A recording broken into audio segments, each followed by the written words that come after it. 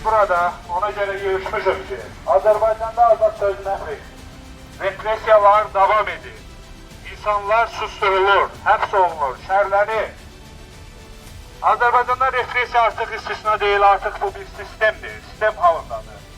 Danışan həbs olunur, etiraz edən şərlənir, həqiqəti deyən ölkədə düşmən elan edilir.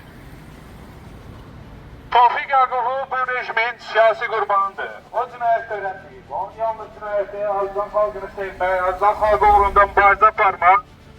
Təəssüf ki, bu anlayışlar bu iltiza rejimdə yoxdur. Xalqı sevmək anlayışı yoxdur. Onlar bu xalqın yalnız sərvətini sevirlər.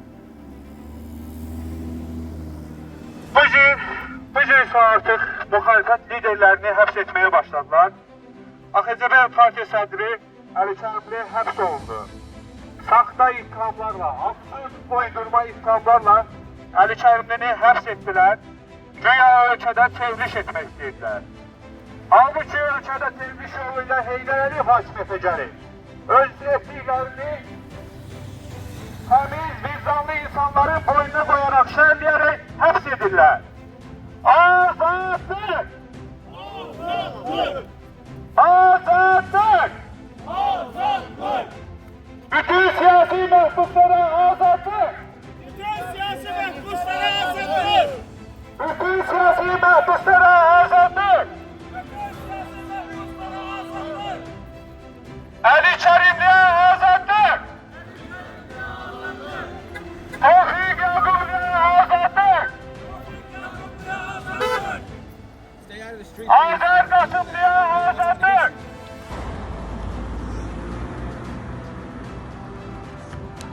Əziz həmvətənlər, hörmətli iştirakçılar, ilk öncə hər kəs salamlayıram.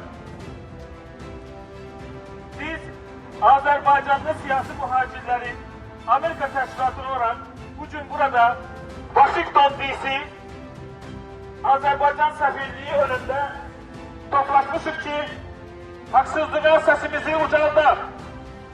Biz buraya bir insanın yok, bütün siyasi məhbusların azadlığı tələbiyle gelmişik.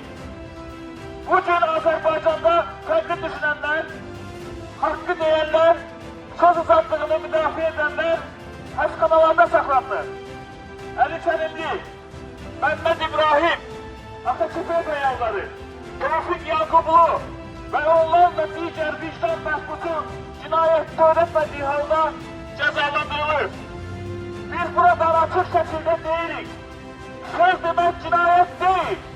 Muhalif olmak cinayet değil. Hak talep etmek cinayet değil.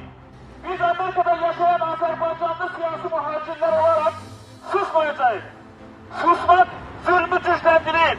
Danışmak ise değişiklik yaratır. Beynəlxalq ictimaiyyətə çağırış edirik. Azərbaycanda siyasi məhbuslara karşı aparılan represiyaya göz yummasın.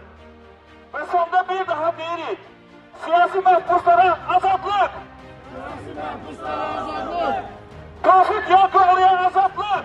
Tofiq Yaqubluya azadlık! Əli Kərimliyə azadlık! Əli Kərimliyə azadlık! Azərbaycana azadlık! Azərbaycana azadlık! Free Azərbaycan! Free Azərbaycan! Free Əli Kərimli! Free Əli Kərimli! Free Tofiq Yaqubluya! Free Tofiq Yaqublu! Təşəkkür edirəm bəylər. Çox sağ olun.